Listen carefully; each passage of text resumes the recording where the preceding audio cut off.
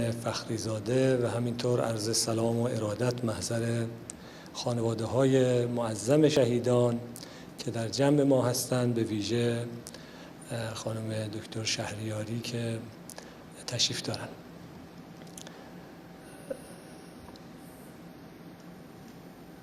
تو همین فاصله که قرار شد چند دقیقه زحمت بدم، فکر کردم که توی جمع فریخته دانشگاهی چی عرض بکنم میتونه خوب باشه. یک سوالی چند بار از من شد، گفتم شاید پاسخ به این سوال در این جمع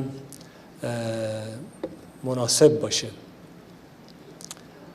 این سوال رو بارها از من داشتن در جاهای مختلف که دشمنی که میداند علم را نمی شود کشت، نمی شود بمباران کرد، نمی شود ترور کرد، چرا چون این کاری رو انجام می دهند؟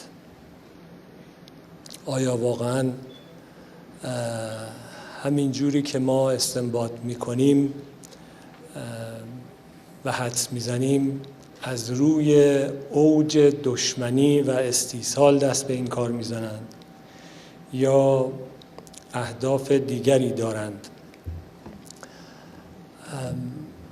من اون چیزی که به ذهنم میاد و توی این سوالهایی که انجام شد گفتم اینجا هم عرض میکنم. حتما شما هم همه الحمدلله اهل علم و تفکر و تعقل هستید، حتما هر کدوم پاسخهای خودتون رو دارید. من عرض کردم هر کدوم از دوستانی که این سوال رو داشتن، گفتم که فکر میکنم که نمیشه این موضوع رو تکی تحلیل کرد، بگیم که یک اتفاقی افتاده و این اتفاق رو باید مجرد و تنها ببینیم بعد یه پاسخی بدیم.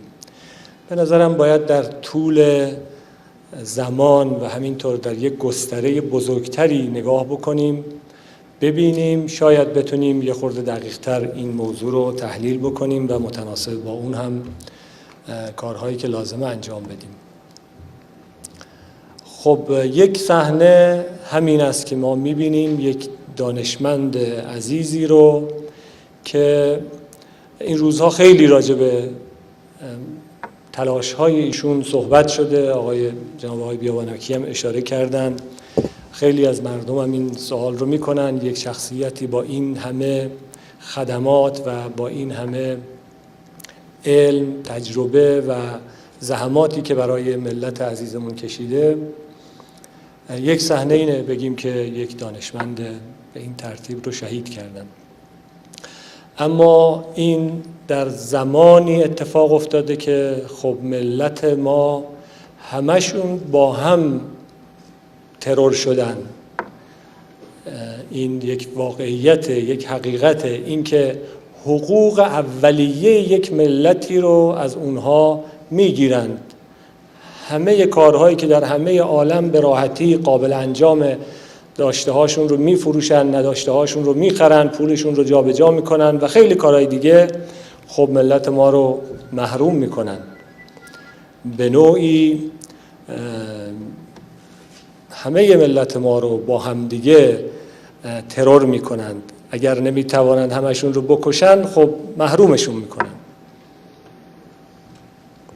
از اون طرف شهید سلیمانی عزیز ما رو سال گذشته به عنوان بزرگترین قهرمان مبارزه با تروریسم، این رو اغراق نیست، همه آدم هایی که یه مختصر انصافی داشته باشن حتما تایید میکنن. هر کسی که به صحنه سوریه و عراق نگاه بکنه ببینه، متوجه میشه که اینها نیامده بودند اونجا که شکست بخورن برن، آمدن بیش از 90% سرزمین سوریه رو جانی ترین آدم ها در اختیار گرفتند، بخش بزرگی از کشور عراق رو در اختیار گرفتند و توی این دوره کوتاه منحوس حکومت